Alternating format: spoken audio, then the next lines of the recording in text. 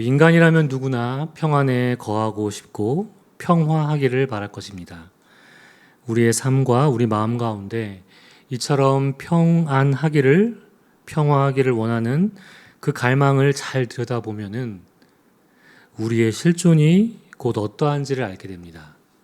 바로 우리는 기본적으로 불안하다는 것. 인간은 쉽게 두려움에 휩싸여 살아가는 존재라는 것. 그렇기 때문에 우리는 평안을 바라고 원하고 있는 것은 아닌가 생각하게 됩니다. 현대 심리학과 상담에서 다뤄지는 중요한 이슈 중에 하나가 아마 이 같은 불안과 두려움, 이것으로부터 파생되는 우울감 등일 것입니다. 정도의 차이가 있겠지만 우리의 불안과 두려움은 인간으로서 가질 수 있는 가장 기본적인 심리 상태라고 해도 과언이 아닐 것입니다.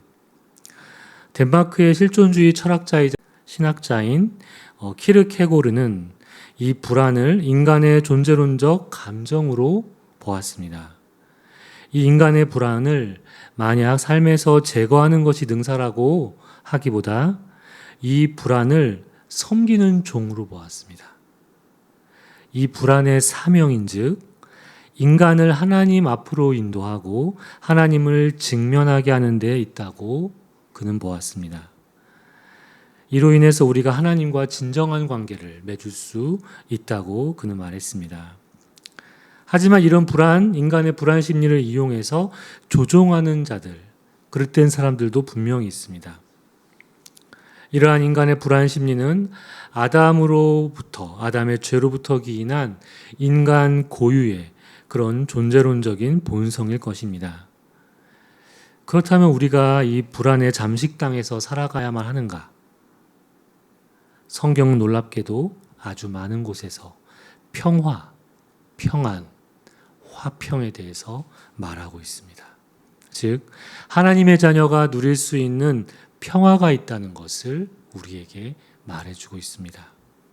사사기의 시대, 오히려 평화가 도래해야 할 것 같지만 평화하지 않는 시대처럼 보입니다. 이스라엘 사람들이 각각 자기 소견에 옳은 대로 행하였던 시대였기 때문입니다. 모세가 죽은 뒤 여호수아가 이스라엘의 리더십이 되어서 광야 생활을 그들이 마치고 하나님이 약속하신 그 땅 가나안에 들어왔습니다. 하지만 그곳에 이스라엘은 각 지파대로 땅을 분배받았고 그곳에 살고 있던 그 가나안 민족들과의 싸움을 벌여왔지만 그들을 완전히 그 땅에서 정복하고 내쫓지 못했습니다. 사사기는 이스라엘이 약속의 땅 가나안에서 그들과 불안한 동거를 하면서 지내게 되는 모습을 우리에게 보여줍니다. 그러다 보니 우려했던 일이 발생하죠. 바로 모세와 여호수아로부터 누누이 그들이 약속의 땅에 들어와서 하나님을 섬겨야 하는 그 이스라엘이 그 약속의 땅에 들어와 하나님이 아닌 그곳 가나안 민족들의 신들을 섬기게 된 것입니다. 그들과 언약을 맺지 말고 통혼하지 말라고 했지만 그들을 몰아내지 못한 이스라엘은 하나님의 말씀에 불순종하는 모습으로 약속의 땅에서 살아가게 됩니다. 그들은 악을 행하면서 바알을 섬겼죠. 이 모습을 본 하나님은 그들에게 진노하면서 주변 민족으로부터 이스라엘이 고통을 당하게 했고 압제를 당하게 했습니다. 이스라엘이 고통이 심해지자 하나님께 슬피 부르짖습니다. 이때 하나님은 그들의 또 울부짖음을 들으시고 그들을 구원해 주십니다. 이때 하나님께서 이스라엘을 그 노략자들의 손에서 건져낼 수 있도록 부르신 사람들이 바로 사사입니다. 오늘 본문은 사사기에 등장하는 여러 사사들 중에서 기드온이라는 인물이 등장합니다. 함께 읽은 사사기 6장 19절 말씀 세 번역입니다. 기드온은 즉시 가서 염소 새끼 한 마리로 요리를 만들고 밀가루 한 에바로 누룩을 넣지 않는 빵도 만들고 고기는 바구니에 담고 국물은 그릇에 담아 상수리나무 아래로 가지고 가서 천사에게 주었다. 지금 기드온은 먹을 것을 하지만 그 먹을 것은 드릴 예물, 제물입니다. 상수리 나무 아래 있는 하나님의 사자에게 그것을 가져다 주고 있습니다. 우리가 시간 관계상 이 사사기를 6장 처음부터 함께 읽지는 못했지만 지금 이 상황이 어떤 상황이냐면은 말씀드린 것처럼 이스라엘이 하나님 목전에서 악을 행하자 하나님은 이스라엘을 미디안의 손에 7년 동안 넘겨줍니다. 그러자 이스라엘은 고통스러운 나머지 하나님께 또 울부짖죠. 하나님은 그 부르짖음을 듣고 사사를 세우시는데 바로 그 사람이 기드온이었던 것입니다. 하나님은 천사를 시켜서 지금 기드온에게 보낸 것입니다. 그 천사가 기드온에게 이렇게 얘기합니다. 큰 용사여 여호와께서 너와 함께 계시도다 라고 얘기하면서 너의 힘으로 이스라엘을 미디안의 손에서 구원하라 라고 하나님의 말씀을 그에게 전합니다. 그런데 지금 천사가 사람의 모습으로 왔기 때문에 기드온은 이 말하는 자의 이야기가 정말 하나님으로부터 온 것인지 그 진위를 확인할 수 없었습니다. 그러자 기드온이 이 사람의 모습을 하고 이 말을 전한 그 천사에게 이렇게 말을 합니다. 6장 17절 18절을 제가 세 번역으로 읽겠습니다. 기드온이 주님께 아뢰었다. 참으로 나를 좋게 보아주신다면 지금 나에게 말씀하신 분이 정말로 주님이시라는 증거를 보여주십시오. 내가 예물을 꺼내와서 가져다 놓겠으니 내가 돌아올 때까지 떠나지 마십시오. 그러자 주님께서 대답하셨다. 내가 돌아올 때까지 내가 그대로 머물러 있겠다. 기드온은 지금 하나님의 천사를 시험하고 있는 거죠. 자신이 재물을 준비해서 가지고 올 때까지 자리를 뜨지 말고 기다리라고 한 것입니다. 기드온이 재물을 가지고 와서 만약 어떤 일이 벌어지면 정말 이 자가 한 말이 하나님이 하신 말씀인지 그는 믿을 수 있다라고 생각을 했던 것 같습니다. 그리고 이 자의 정체가 밝혀질 수 있다고 기드온은 생각한 것 같습니다.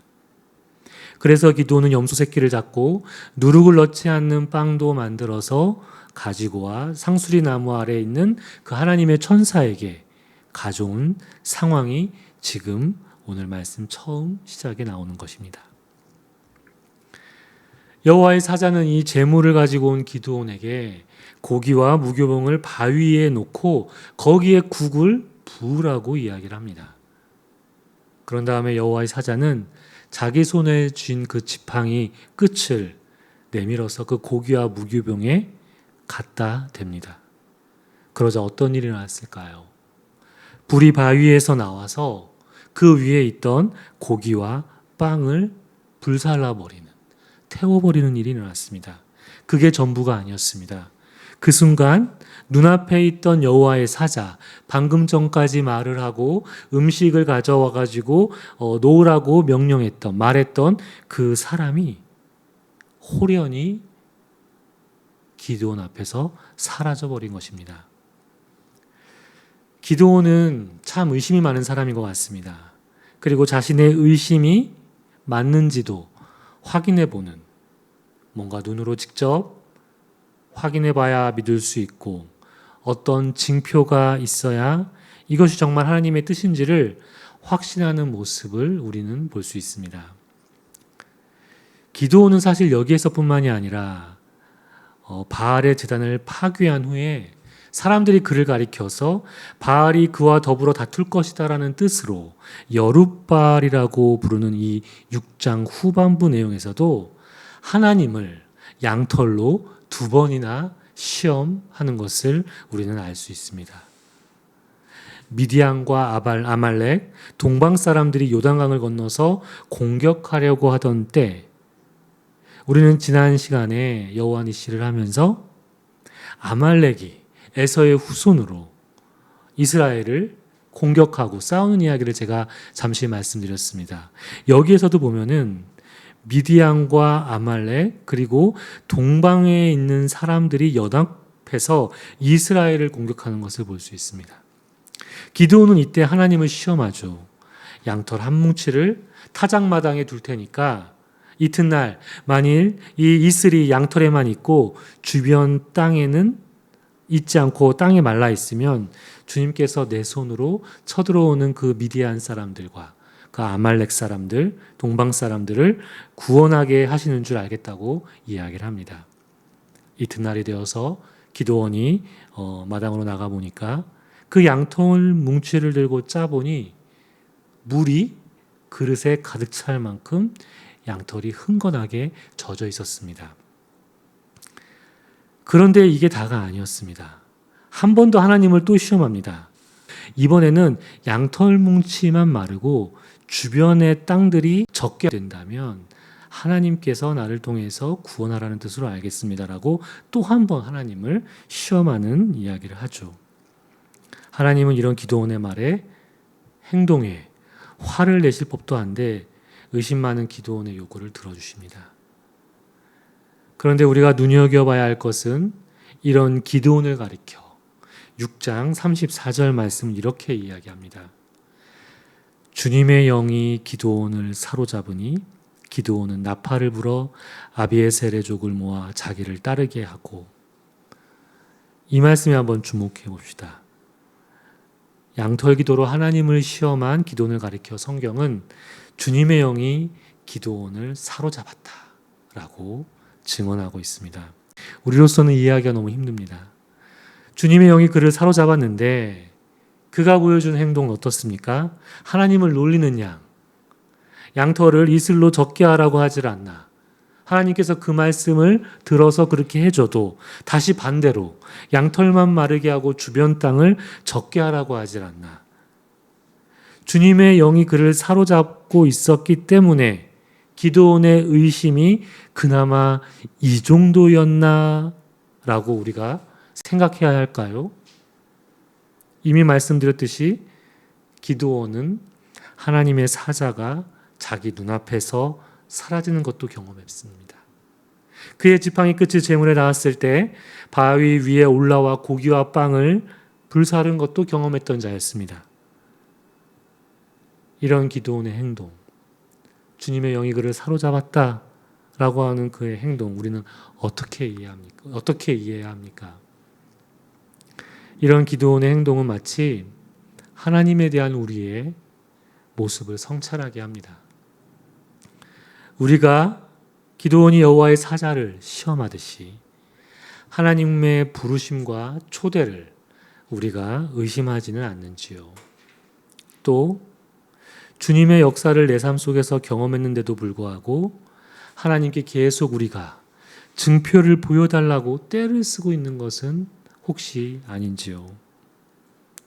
우리의 소견을 더 앞세워서 하나님의 부르심과 뜻을 가리면서 마치 눈으로 확인할 수 있는 현상과 증거가 내 앞에 일어나야만 하나님을 믿을 수 있는, 그렇게 해야지 우리가 믿을 수 있다고 하나님께 우리가 그렇게 말하고 있는 것은 아닌지요.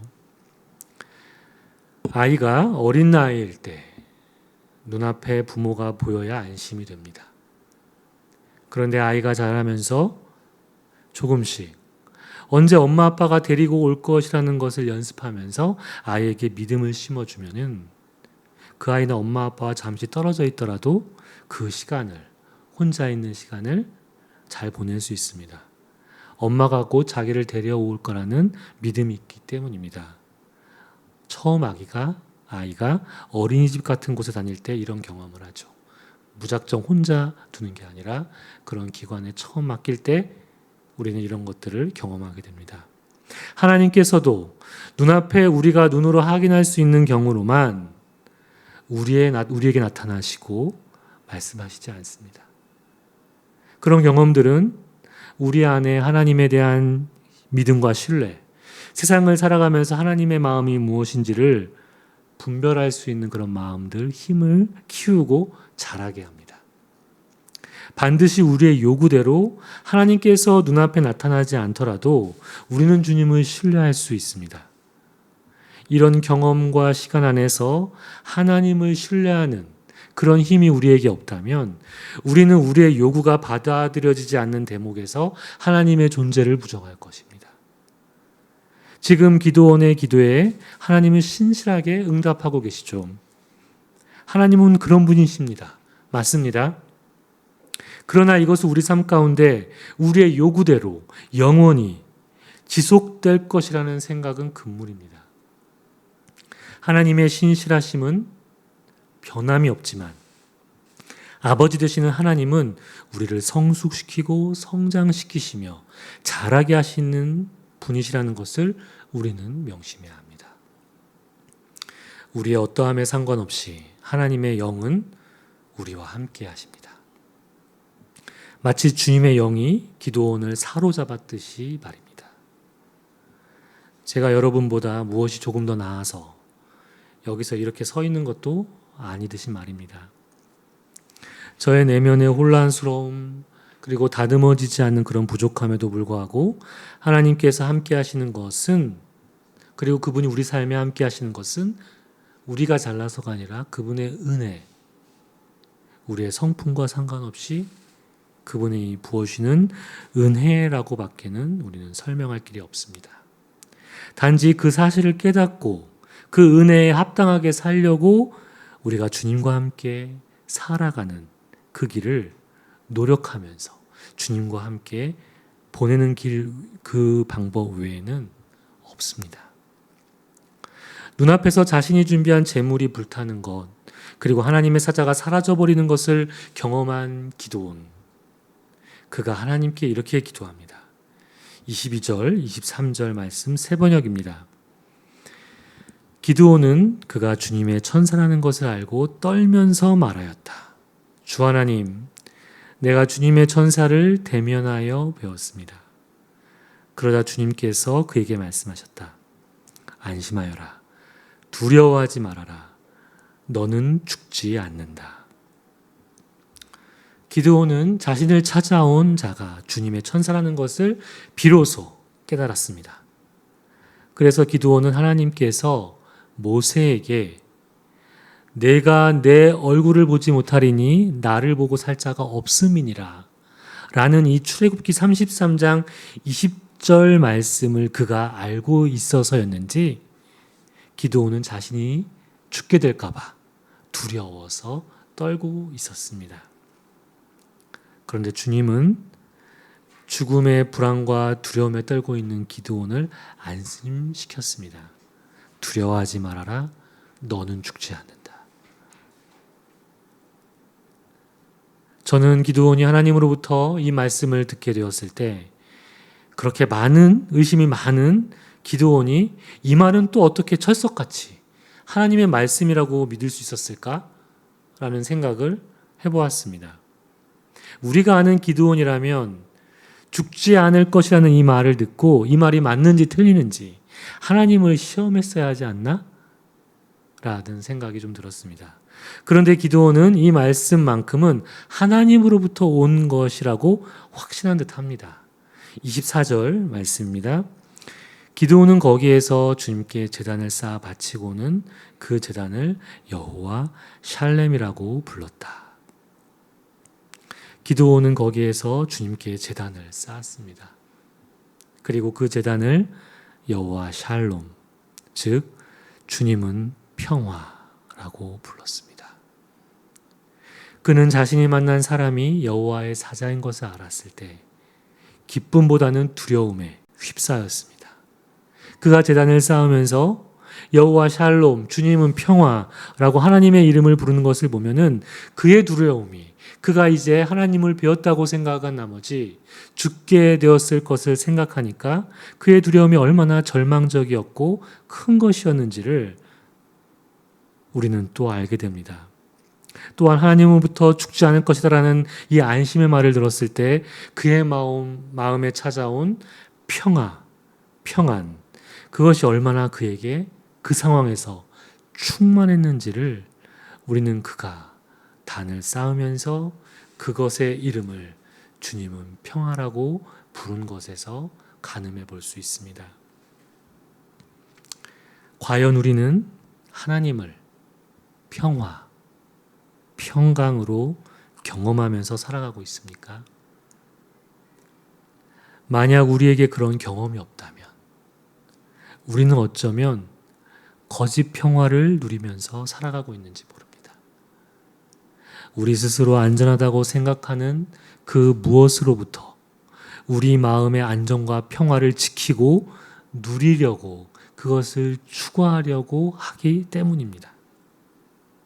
그런 것들이 잠깐 우리를 만족시켜주고 안심시켜주는 면도 분명히 있습니다. 하지만 그런 것은 소멸하기 쉽고 영원하지 않습니다. 인간이 가지고 있는 본질적인 불안과 두려움은 내가 바라는, 내가 생각하는 그 안정감과 평안을 가져다 준다고 생각하는 그것이 나에게 있고 나를 충족시킨다고 할지라도 인간의 근원적인 혼란과 불안정은 그것이 있다 한들 잠재우지 못합니다. 진정한 평화는 하나님과 우리가 올바른 관계 속에서 함께 있을 때 찾아오는, 누릴 수 있는 것입니다. 코로나 시기 때 제가 부사역자로 사역을 하고 있을 때였습니다.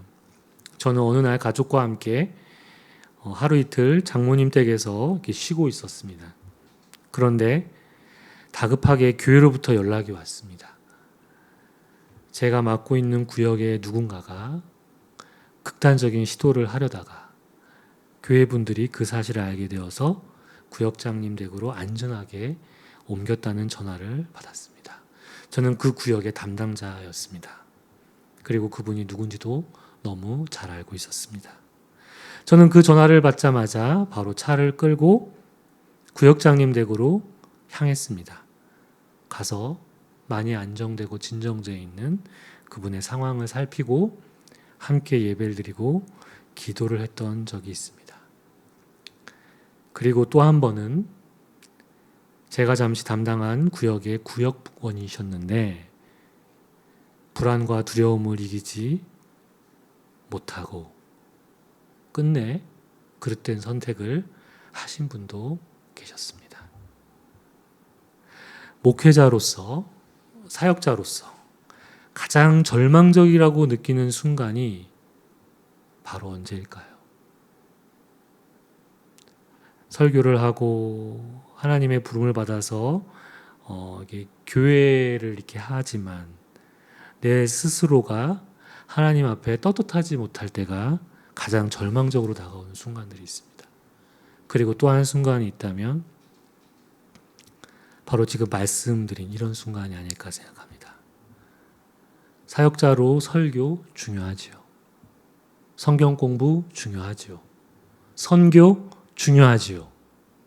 여러 훈련들 중요하지요. 그런데 그 모든 것들이 주님의 평화와 상관이 없다면 다 무슨 소용이 있습니까? 우리가 그리스도인이라고 하면서 우리 안에 주님의 평화가 없다면 그것만큼 슬픈 일이 또 어디 있겠습니까? 우리가 성경 지식을 많이 알고 우리가 이런 경험을 체험했고 아무리 우리에게 그런 것들이 많다고 하더라도 우리 마음속에 주님의 평화 없이 살아간다면, 우리가 사는 곳이 지옥과 같다면, 그곳에 평강이 없다면 우리가 신앙생활이라고 말하는 그 모든 것은 과연 무슨 소용이 있을까요? 이사야 9장 6절 말씀입니다. 한 아기가 우리를 위해 태어났다. 우리가 한 아들을 모셨다. 그는 우리의 통치자가 될 것이다. 그의 이름은 놀라우신 조언자, 전능하신 하나님, 영존하시는 아버지, 평화의 왕이라고 불릴 것이다. 예수 그리스도는 평화의 왕으로 우리에게 오셨습니다. 그가 그냥 우리의 구원자로 오신 걸 우리는 알고 있습니다. 하지만 그분을 가리켜 이사야는, 성경은 평화의 왕이라고 이야기합니다. 하나님은 우리에게 평화의 왕을 보내주셨습니다. 마치 인간의, 아담의 죄로 인해 이 땅에 살고 있는 우리 인간의 존재론적인 불안과 두려움을 마치 하나님은 잘 알고 계신 것처럼 하나님은 우리에게 필요한 평화의 왕을 보내주셨습니다. 기드온이 하나님께 제단을 쌓고 여호와 샬롬이라고 한 것, 샬롬은 우리 마음 중심에 예수 그리스도라는 그 제단을 쌓는 것이 아닐까요? 그것이 우리에게 없다면 우리가 아무리 평화를 외치더라도 우리 마음과 우리 삶이 예수 그리스도, 평화의 왕이 통치하신다고 우리는 과연 말할 수 있을까요? 여호와 샬롬, 주님은 평화. 우리 마음속에 예수 그리스도와 함께 성령 하나님의 음성을 따라 하나님의 현존 가운데 사는 것이 저는 바로 여호와 샬롬이라고 생각을 합니다.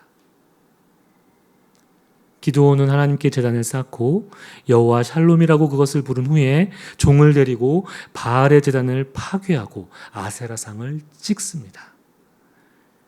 비록 그는 하나님의 영이 그를 사로잡았지만 남이 볼까 두려워서 낮에 행하지 않고 밤에 이 일을 행했다라고 성경은 증언하고 있습니다. 우리 마음에 거짓 평화가 있다면 그것이 낮이 되었든 밤이 되었든 우리가 그것이 우리 마음 속에 우리 삶 속에 있다는 것을 안 이상 그것을 무너뜨려야 하지 않겠습니까? 그리고 무너진 그 자리에 여호와 샬롬이라고 부를 수 있는 참 평화, 예수 그리스도를 세워야 하지 않을까요? 하반기 걷기 기도가 시작되었습니다. 처음 걷기 기도를 저희 가족이 그리고 저 혼자 시작을 할 때에는 정말 기도원 같았습니다. 어디에 공지한 것도 아니었고 그냥 저 혼자 마음을 먹고 벤치에 앉아서 순서지에 따라서 걷기 기도 그 순서대로 이렇게 하는데 그것조차도 쑥스럽고 그것조차도 남이 어떻게 볼까? 그 넓은 공원에 우리를 주시하지도 않을 텐데도 마치 기도원 같았습니다. 주의 영에 사로잡혔다고 하지만 그가 사람들이 볼까 봐 두려워 그 일을 낮에 행하지 않고 몰래 밤에 한 것처럼 물론 저는 그것을 걷기 기도를 낮에 했지만 그 심정이 어떤 심정인지 알 것 같습니다.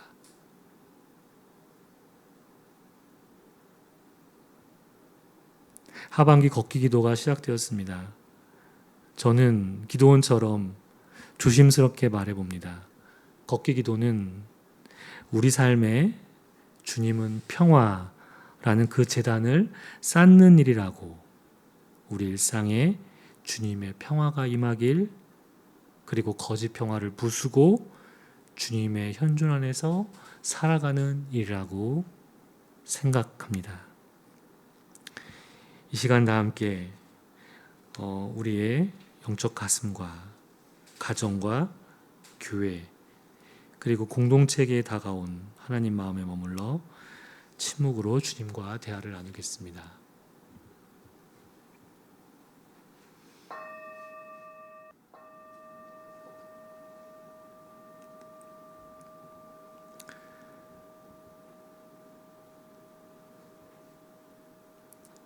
여호와 샬롬, 주님은 평화.